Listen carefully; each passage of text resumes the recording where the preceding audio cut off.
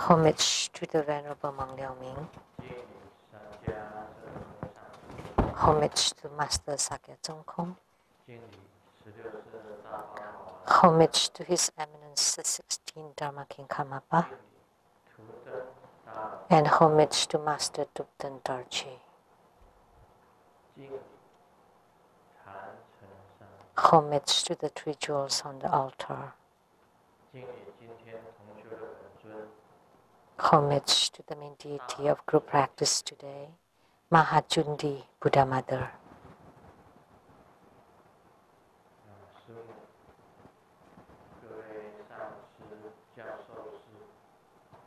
Simu, all Dharma masters, Dharma educators, Dharma teachers, Dharma lecturers, Dharma assistants, temple directors, all disciples present here and over the internet,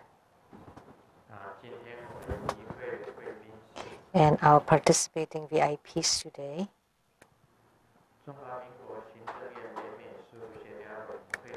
From the Ministry of Foreign Affairs of Taiwan, Secretary General Daniel Liao's wife, Dharma Sister Judy.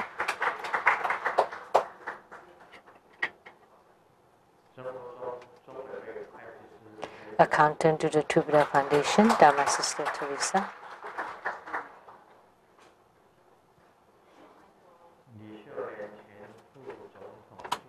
A former assistant to the former Vice President Li Xiulian and PR Director of the International Businesswomen Association, Dharma Sister Chue Huiling.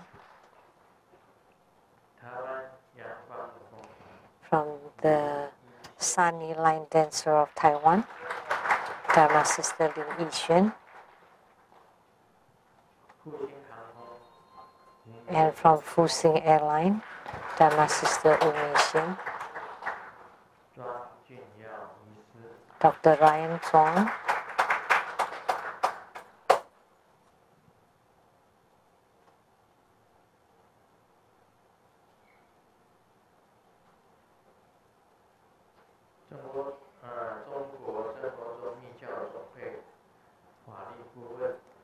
And the advising attorney to the True Buddha Tantrayana Association of Taiwan, Dr. Lu Wenxiang.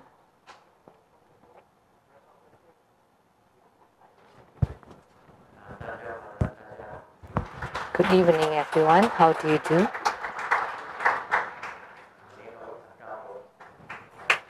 Cantonese.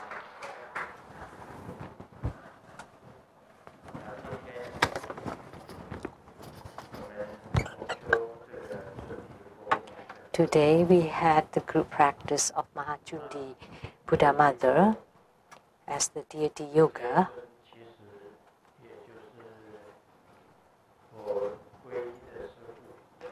Mahachundi was the main deity or yidam of one of my gurus, Master Pufang, as you could see here in the picture.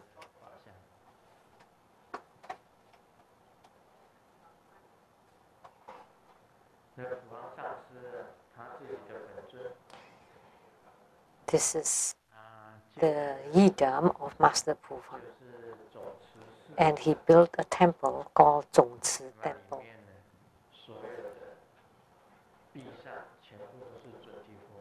And on the walls of the temple, they're all Mahachundi Buddha Mother.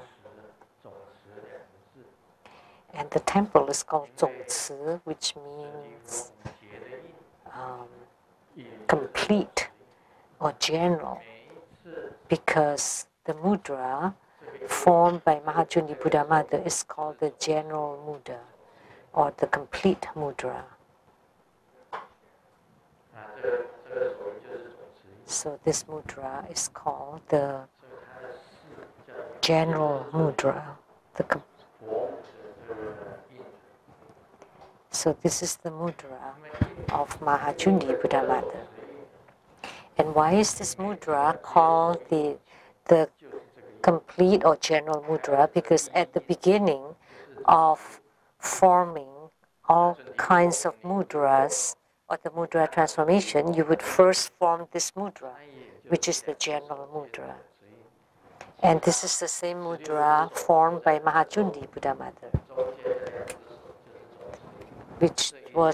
which is formed by the two hands at the center, and then surrounded by other 16 hands, for a total of 18 arms.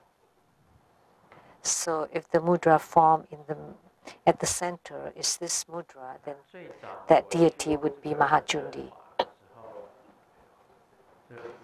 In the beginning, when performed this Mahajundi Dharma, Master Pu Fang taught me to practice the 4 preliminary practices, and he told me in Taiwanese. So it is the root guru yoga of Master Pu Fang. So after the 4 preliminaries, that would be root guru yoga, and then he taught me to perform the practice of Mahajundi. So he transmitted several Dharma to me. That's why Mahajundi is considered one of the 8 primary deities of True Buddha School. And there's a reason behind this. And my Dharma name, when I took refuge, my Dharma name was Yuan Ci. Yuan meaning perfect. Pond. It's like a lake, so pond. So Yuan Ci, or perfect pond. That was my Dharma name. All of my gurus have left the world, and Master Pu Fang had passed away earlier. One of my gurus who had left the world earlier, and he also practiced Tibetan Tantrayana as well as Japanese Tantrayana, and also the Chinese Tantrayana.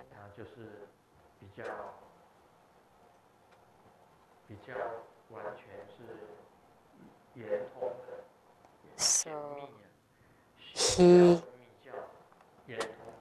embraced both Mahayana and Tantrayana Buddhism. So he wasn't wearing Tibetan style Dharma robe, but this one that I'm wearing now was instructed to me by Master Thubten Dorje. Before, I was wearing the Buddhist robe from the Mahayana tradition,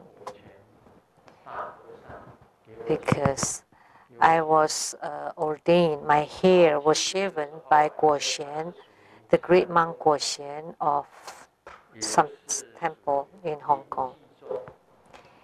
And he was a lineage holder of a Ling Ji tradition of Zen Buddhism. And from his Dharma name, you could tell which generation he's from, like Guo, like with the suffix Guo or the prefix Guo. So from the Ling Ji school,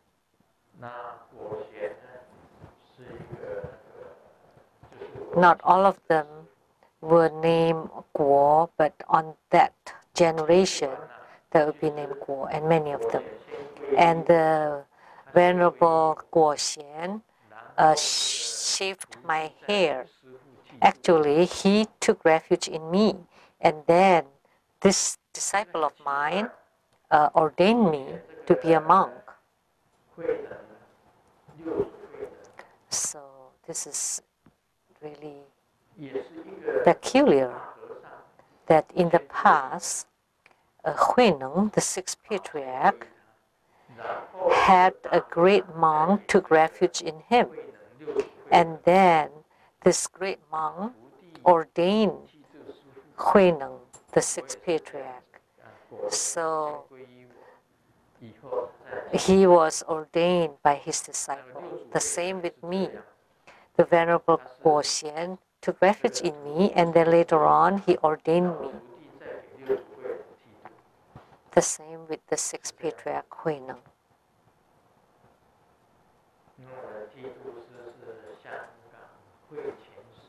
So the ordained guru was the great monk Guoxian of Hong Kong. Wisdom.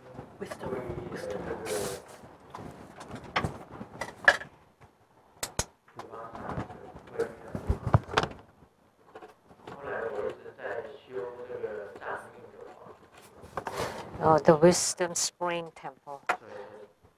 And then I also took refuge in Master Pu Fang. And then later on, I studied and practiced Tibetan Buddhism. So Master Thupten Dorje asked me to change my robes into the Tibetan style. But actually, Tibetan Buddhist robes are not like this. Chinese are smarter and more creative.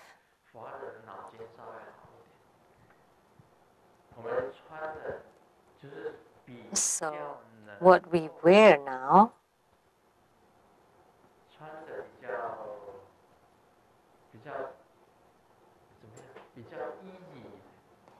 is more practical, more easy, light and easy. In the ancient times, like those worn in Thailand, it's like a piece of cloth, and then you just wrap it around your body. That's the outfit for Hinayana practitioners, the same as Sakyamuni Buddha. And they showed their right shoulder and hold the rope. And the true Tibetan Buddhist robe is the same. They showed the right shoulder and arm. One time we asked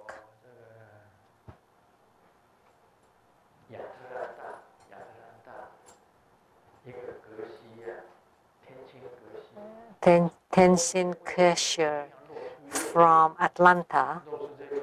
I asked him, why do you always want to show the right shoulder and arm? And he said, so you would look sexier. No, but that's not the case. Because in the sutras, you can see that when Ananda was about to ask for a teaching, he would circumambulate it 3 times and then showed his right arm and then kneel down and asked for some pith instructions, because you were only given upon asking. So only if someone asks for a teaching that the teaching will be given. So according to the Buddhist tradition, you have to show the right shoulder and arm for lamas. But for Chinese, we are smarter, so we wear it like this. And they also have the meditation robe. And you wrap it, and then you throw this end, and then over here, you pull it forward to hold it down. Is it left or right shoulder? the right shoulder, showing the right shoulder. So the lamas from the Tibetan Tantrayana tradition is still like that.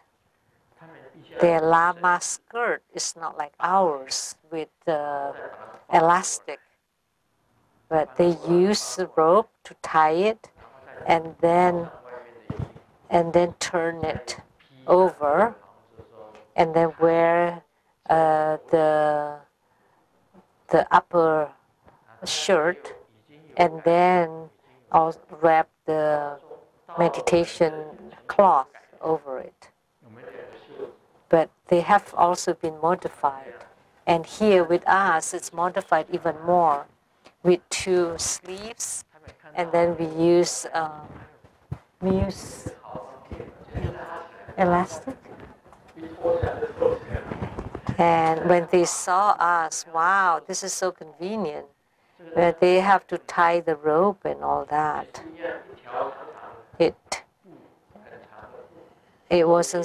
It's not so easy for them. And the rope was also made of the same cloth.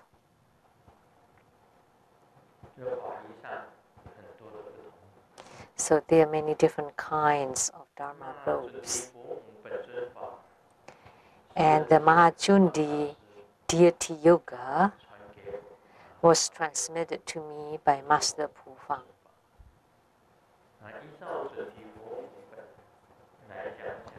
And according to Mahachundi, Buddha Mother, according to Master Pu Fang, Mahachundi Buddha Mother was truly great, which means she is of the 7 Kadi, which means that many, many Buddhas were generated from Mahachundi Buddha Mother. So, Buddhas of the 7 Kadis, K-O-T-I, Kadis, were generated from Mahachundi Buddha Mother. So this Buddha Mother is truly great. In Tantric Buddhism, in the Dharma Dhatu and Vajra Dhatu, she is part of the Guan Yin quarter.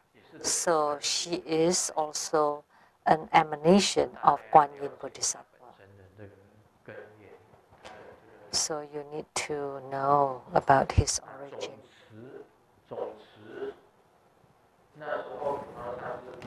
So the complete or the general mudra was the mudra formed by Mahachundi, and Master Pu Fang founded this complete or general school.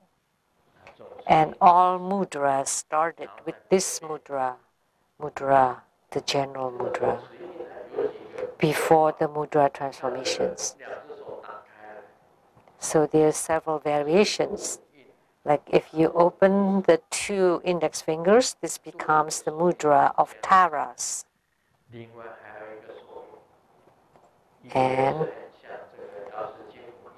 And also Golden Mother Mudra. And then the other mudra that's also close, you extend the 2 pinkies. So whose mudra is this? 2 pinkies upright and touching each other. The middle fingers upright and touching each other. The index fingers open. And the 2 thumbs side by side. And the ring fingers are inward. So what mudra is this?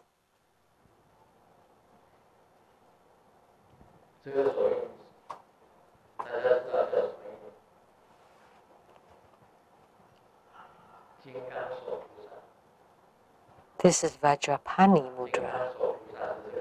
Vajrapani's mudra. So the 3 mudras are similar. And then if you bend the pinkies inward, this would be the Tara's mudra and Golden Mother's mudra. And then if the two index fingers are bent and placed at the index fingers, and at the middle fingers, then this would be Mahajundi mudra. It's easy to memorize this way. In Taiwan, I will transmit the Vajrapani Dharma for the New Year ceremony 2016. There are 3 reliances. One is the 4-arm Guan Yin, representing compassion, Manjusri, representing wisdom, and Vajrapani, or Vajra hand, Bodhisattva, representing Dharma power.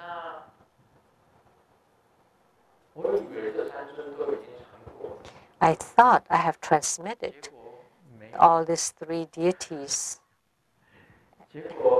It's not so. Someone asked me, how come you never transmitted Vajrapani Bodhisattva? But every day we always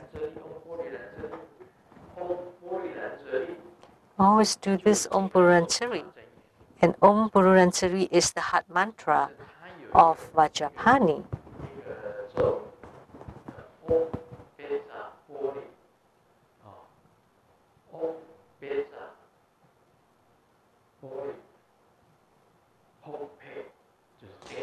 He has another mantra.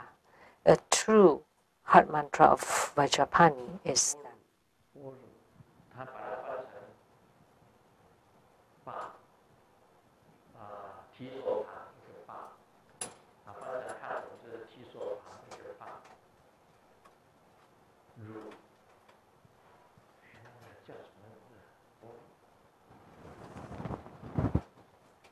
It sounds something like this.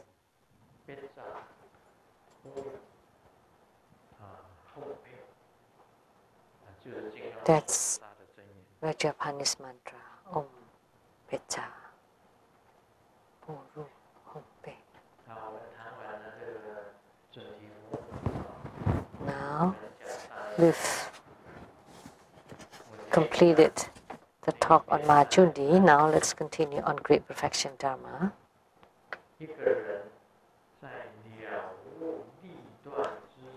At the moment a person is awakened to Trekcho, his or her own luminosity shine forth, covering all the 1,000 worlds, all heaven and earth, the small I, and everything completely dissolve into the state of no self, and they all merge together to become one. Guru Patsasambhava said, there is a reason why I transmitted Trekcho to you today. I replied, please explain. Living Buddha Lianzeng can use his pen to guide sentient beings to see their natures, with wisdom as the mother and skillful means as the father. He teaches myriad ways to sentient beings.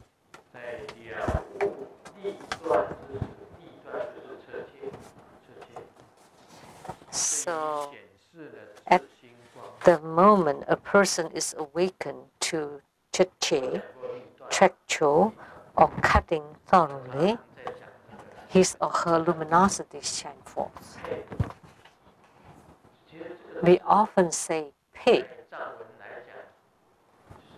I have actually this word pay means cut. It's very easy to remember this word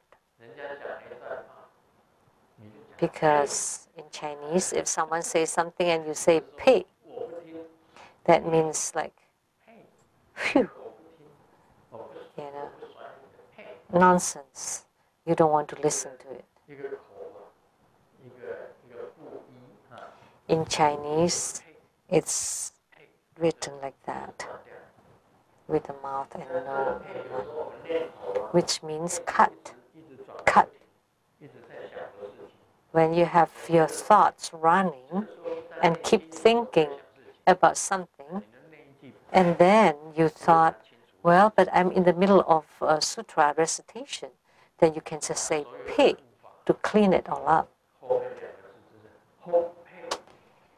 For all Dharma protectors, the last of the mantra is hom pe, meaning completely cleansing or purifying.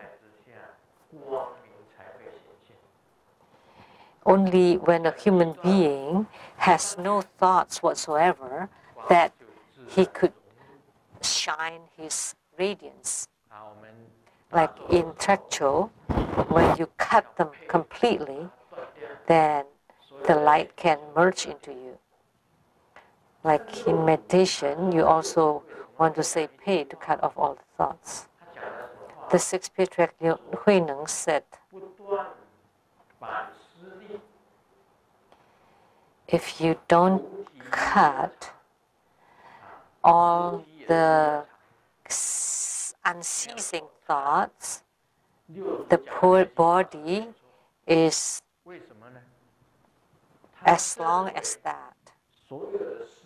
What the sixth patriarch said was right.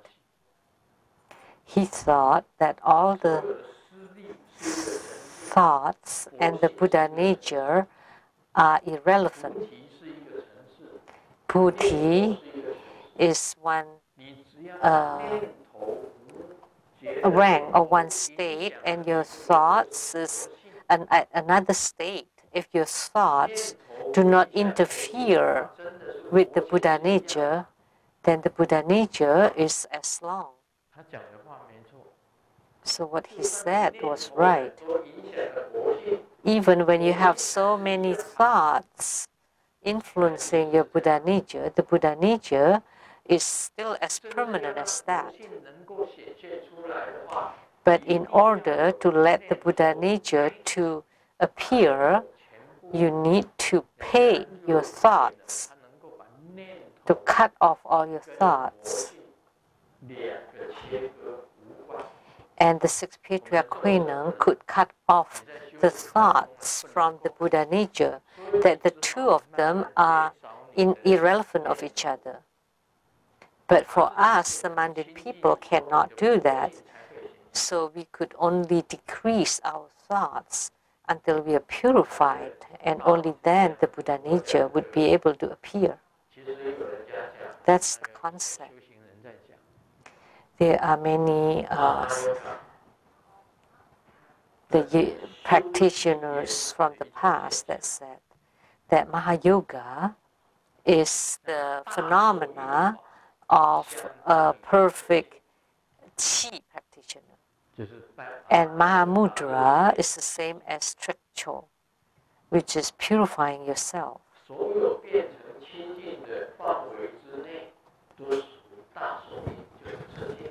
Within the boundary of purification, that's all Mahamudra or Trekcho.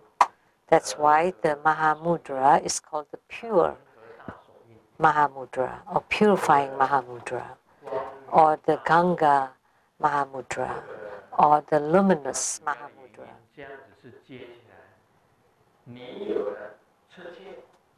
Once you have Trekcho, once you're purified completely, then the radiance of the Buddha nature appears. Then only then it would be called Mahamudra. And how about great perfection? Great perfection practices only your clear light, luminosity or radiance.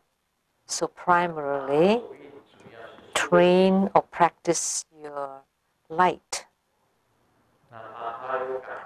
And Mahamudra is to practice your light drops, and Mahayoga to practice your Qi or vital energy, and Anuyoga is to practice the light drops. And Ati Yoga, that's great perfection or Dzogchen, is to practice your luminosity or radiance. So those are the differences among them.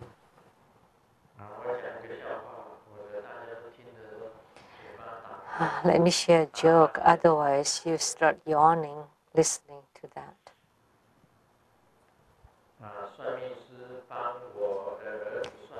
The fortune teller made a prediction or divination on my son. It was so accurate. And the neighbor asked, "What did the fortune teller say about your son?" And the mom said that when my son grows up, he would have the chance to drive all kinds of nice cars. And the neighbor said, "Wow, so nice. So your son would be successful, that he would drive all kinds of nice or really nice cars." And the mom said, "Oh, how could it be? He's just one who is parking the valley, parking cars."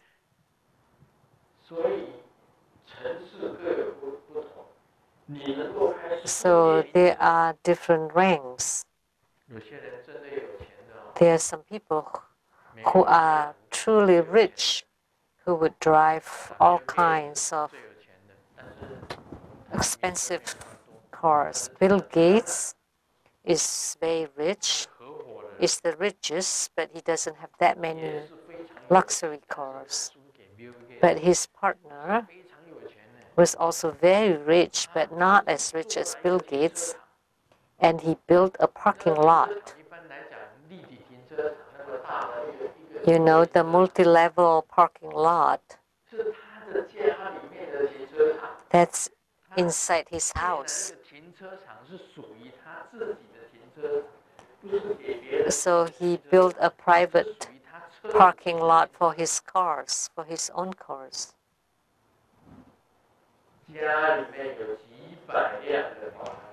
He had hundreds of Ferraris and all the world-class luxury cars. Such a person does exist. Someone visited his parking lot filled with almost 500 Ferraris and cars and other cars.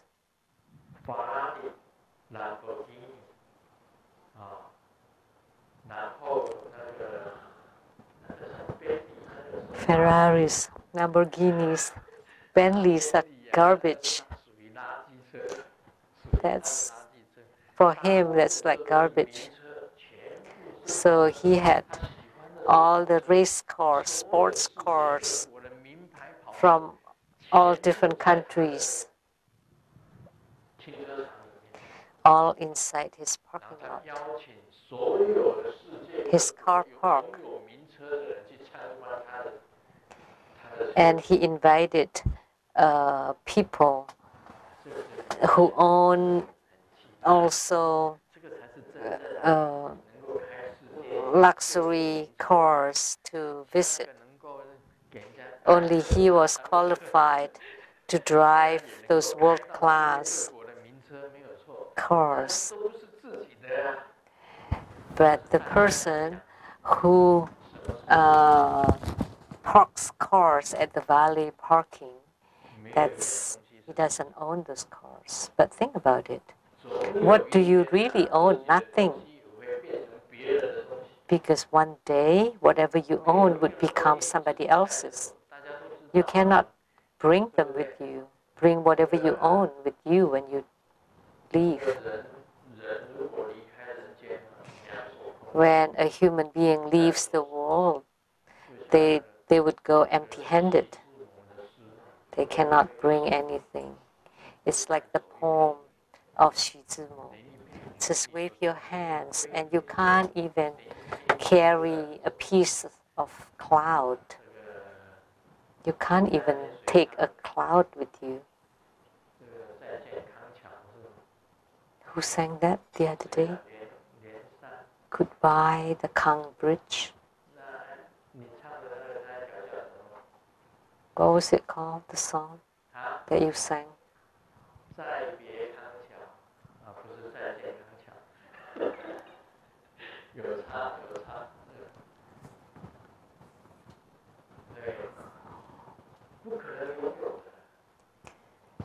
You can't have them forever. So wave your hand. You can't even bring a cloud with you. When you have so many cars, all you have on your mind are your hundreds of Ferraris. And only by stopping the thoughts you can be purified. Otherwise, all you have on your mind are your cars, the Ferraris. You just always play with them. But one day, you cannot play with them anymore. Your cars would belong to someone else. So you need to think about this. And with Trepcho, you cut off everything. By cutting off everything, you can be purified. Or you can still have thoughts, but you don't let them influence your Buddha nature. That's why there's this similar, the analogy, like a child looking at the painting.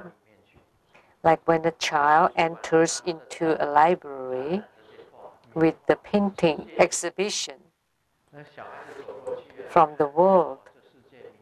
When the child was taking a look at the paintings, they don't stay on his mind after he finished. Whether they belong to Monet or Gauguin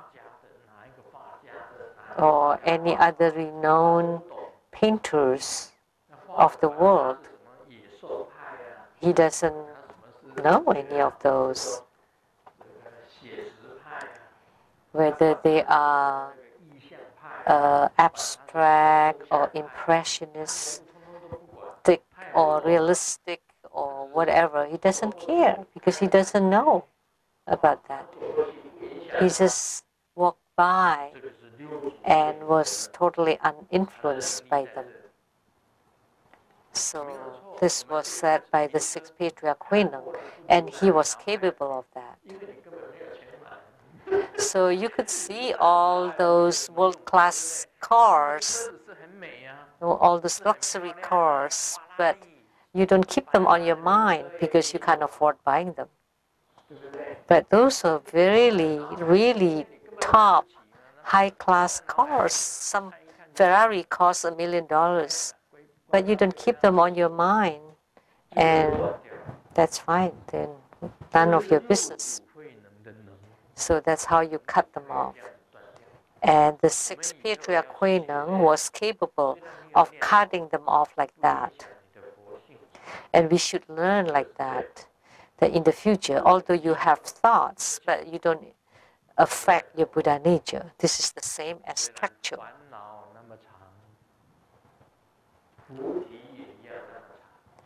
Although the afflictions are that long, the body is also as long, but they are mutually exclusive. They are not influenced. Otherwise, you need to learn how to cut them off thoroughly. Just now, I found an iPhone in the park, and I wanted to return it to the owner. But the owner called me and said, you should return my phone because it has just GPS and I know where it is now. So I got really mad hearing that, and I bought a number of balloons and tied the iPhone on several balloons, and then to let the balloons take the iPhone wherever they fly to. And that was like a revenge for the owner. So that's why, as a human being, we should be polite when we talk. If you're too arrogant, then people would resent it.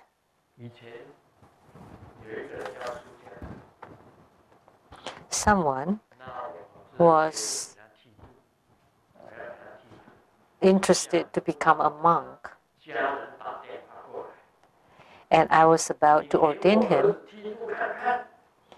and his family made a phone call and said, if you dare to ordain my son, you have to suffer the consequences. And I'm also the rebellious type. And when I heard that, I thought, oh, you challenging me? Okay, now let's see what you can do. Then immediately, I shaved his hair. His dad was so domineering that he said, if you dare to shave my son's head, then I'll show you. And I thought, okay, well, I'll take care of your son first, and then I'll take care of you. But your son is already in his late 20s or 30s. It's not your belonging, right? So immediately, I did it. I ordained him. I don't care about the bluff. See, because I had this temperament, that's why I cut my religion with someone.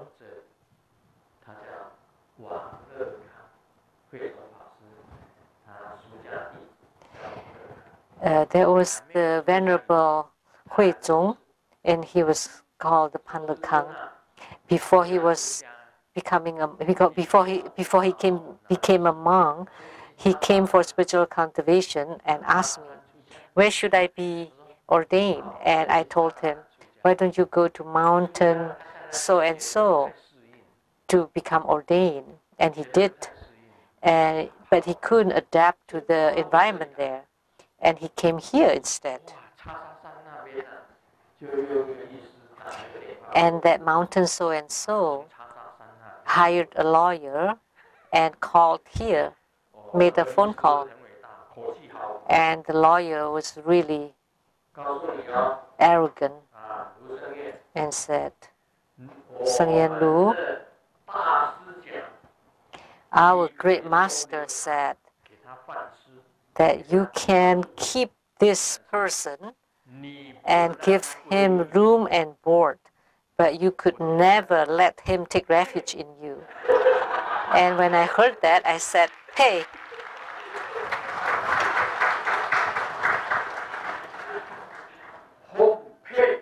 like home pay. Pooh, pa. It's like, huh. I don't care. I don't give a damn about that. He came here on his own, and you instructed me to say that I could only give him room and board, but could never let him take refuge in me. So I asked him, why not? I spoke in Taiwanese, that maybe the translator couldn't translate.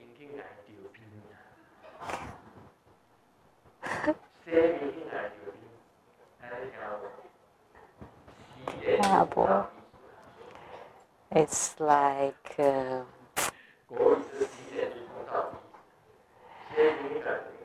literally, it's like you punch the nose when you're washing your face.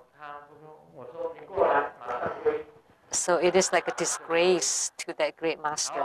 So I call him, come on, take refuge in me, and he did. And okay, now let me ordain you. And he did. He was. So he was Wang Lekang.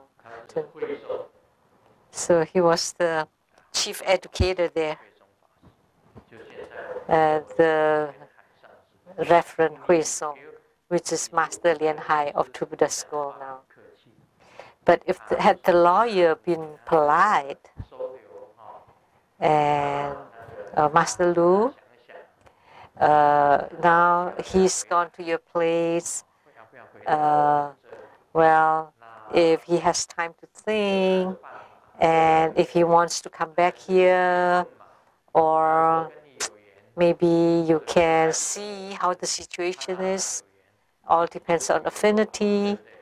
Maybe if he has affinity with you, then he can stay. Or if the lawyer had been speaking like that, then I wouldn't be in such a hurry to ordain him. But the lawyer instead said, "Oh, never take refuge in you, only to give him food and board." But he's not a beggar, right? So why did he talk like that? Actually, I recommended many disciples to go to this mountain to be ordained, because I wasn't ordained when I was in Taiwan before. And then if someone came to me to ask where they could be ordained to become monks, so I recommended them to go to that mountain. So there were many monks there that were sent by me. So it's all the same, right? Why do you discriminate against each other so much? So Grandmaster's heart is all the same. No discrimination. Everyone's the same. Everywhere's the same. So that's why I have more challenges. Of course, after I let Lian Hai to refuge in me, and after I give him ordination, I had to face more obstructions. Oh well, but all is affinity. There are two repairments of a gas company was going through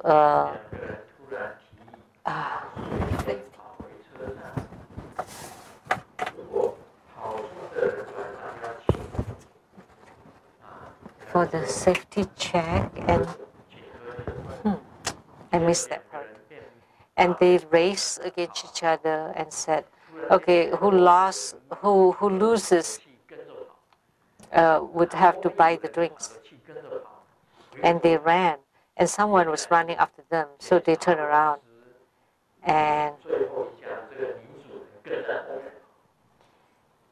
actually, because they did safety checks for the gas around houses, and the owner of the last house, the lady, ran after them, and then they asked her what happened, and she said, "Oh, because when I saw you ran right away after you finished checking my gas, so I followed you because I don't know why you ran so fast right away." But they were actually betting who would win, and the one who loses would buy drinks for the night. So there's a reason behind everything, and there's the results, consequences of everything too. So everything has the reason behind it. Then you would know if you mull over it. So in great perfection, what reasons would make you generate radiance? So first, you need to be able to enter into samadhi, that your mind is empty after cutting them completely and thoroughly after Trekcho, then you would be able to enter into samadhi. If thoughts keep running on your mind, that would affect your samadhi, and it would be impossible for you to enter into meditation. So emptying your mind is like falling asleep a little bit. Some people have dreams in their sleeps and some people don't. When you don't have dreams in your sleeps, that would be a little bit similar to samadhi. No dreams whatsoever. Similar to samadhi. At that time, time has stopped. Everything external has disappeared.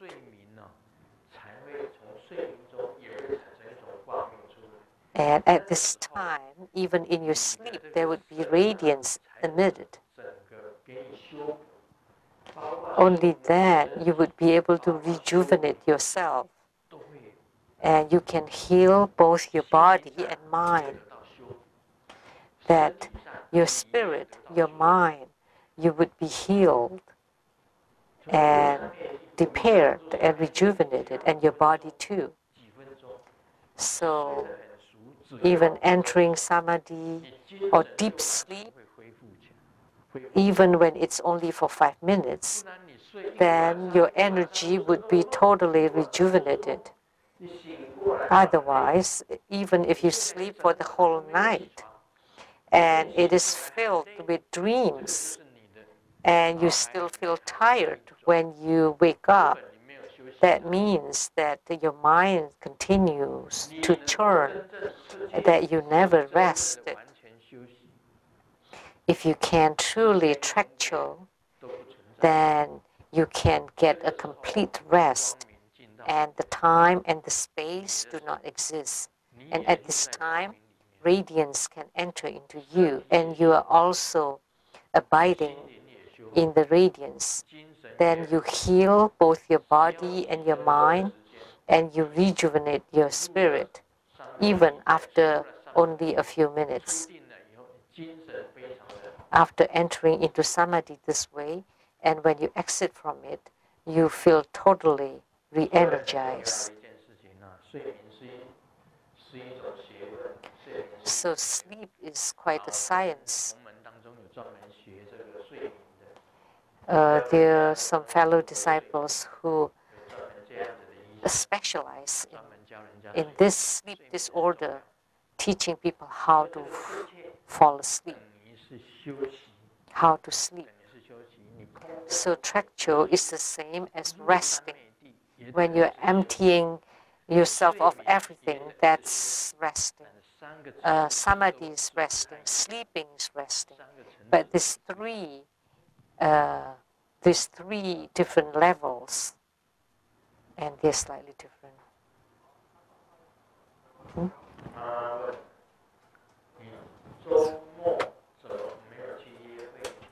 Mom asks her daughter, or the son, how come you don't go dating for the weekend? And the son said, but no girls like me. And the mom said, maybe because you don't do anything for her. What would you be willing to do for a woman, for a girl? And the son said, everything. And the mom said, good boy. Then why don't you vacuum the carpet?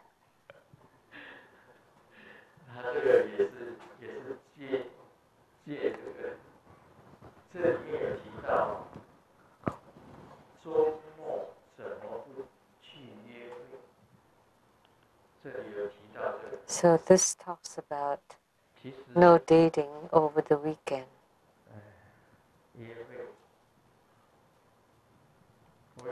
Dating. I did date when I was young.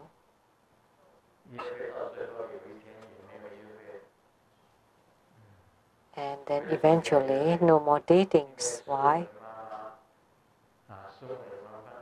Because Simu's mother brought Simu to my house for spiritual consultation.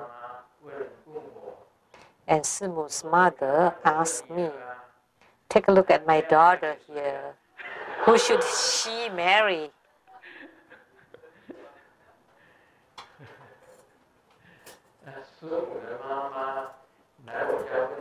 Simu's mother asked me about the marriage prospect of Simu. And then I did the spiritual consultation.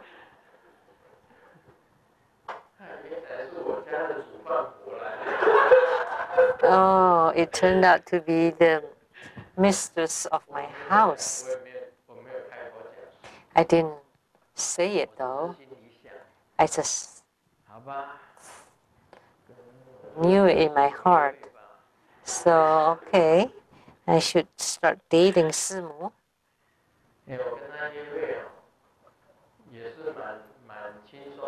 And it was quite nice and easy to date her because she left her phone number and I called her. Can I invite you for a movie? Because during that time it was just movies. And Simu thought, oh, it's not bad that someone's inviting me for a free movie. So I brought her to the movies. At that time, I was a vegetarian. For the whole year, when I just became Buddhist, I was a vegetarian. I just followed them. And then they went this way, I went this way.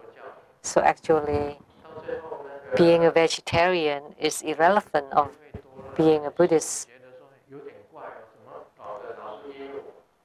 After dating for a while, Simu started to find out, why is he only asking me?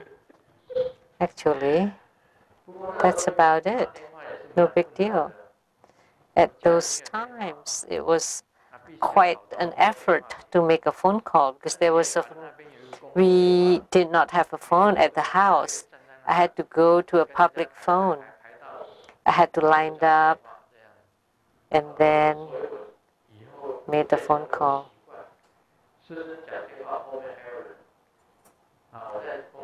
So it became my habit because when I talk on the phone, people are still lining up to wait. So that's why I make my phone conversation very short and brief. Just get to the points and then cut. Tactile. I just set the points. I just get to the point. And after a few dates, we got married. And that's it. No more to say.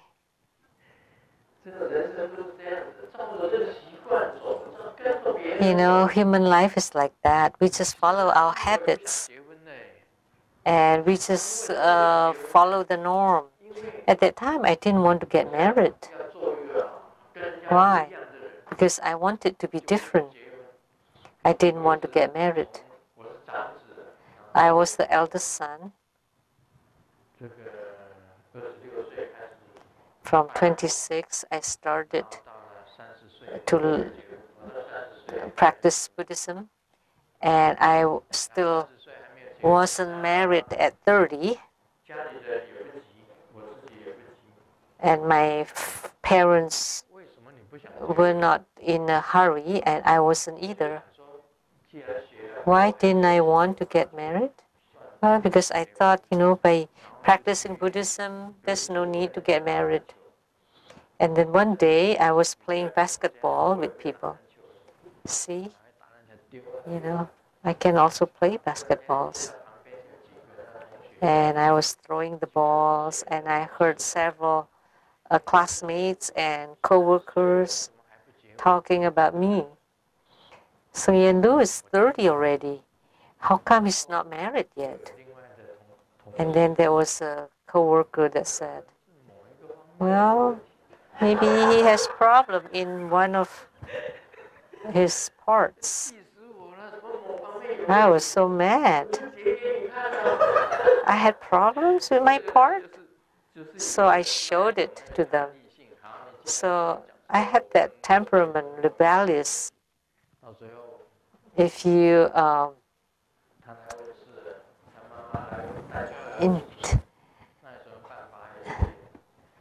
and then her mom brought her for spiritual cultivation. What can I say? That's just affinity.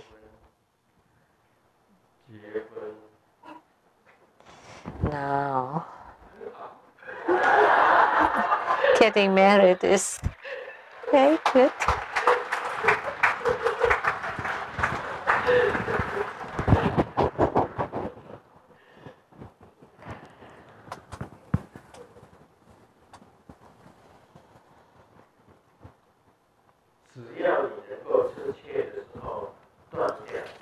As long as you can cut thoroughly, trickcho, then as soon as your luminosity shine forth, then it would cover all the worlds. And then the small I and everything would enter into the state of no self. So entering into samadhi is the state of no self, because at that time there's no concepts of time and space, and there's no I. So when you open your eyes, you didn't even know where you were. Have you ever felt that way? That when you're in a real deep sleep, and then when you open your eyes again, you have to check, where are you? Sometimes you're at the tantric quarter, and when I open my eyes, it is at the tantric quarter. And sometimes I open my eyes and, it's been one night, it's been a night. So I had this experience. So the I, or self, has disappeared. So in this state of no self, in the state of samadhi, is that I and the universe and everything have merged together to be one. At that time, you have become the universe. So samadhi has that kind of feeling. Guru Padmasambhava said, there is a reason why I transmitted Trekcho to you today. Because he would like to use my pen to guide sentient beings to see their natures, that in this kind of state, that you would be able to see the radiance of the Buddha nature. That in this state you can let your Buddha nature appear. So this is the myriad ways to deliver sentient beings with wisdom as the mother and skillful means as the father, to guide sentient beings.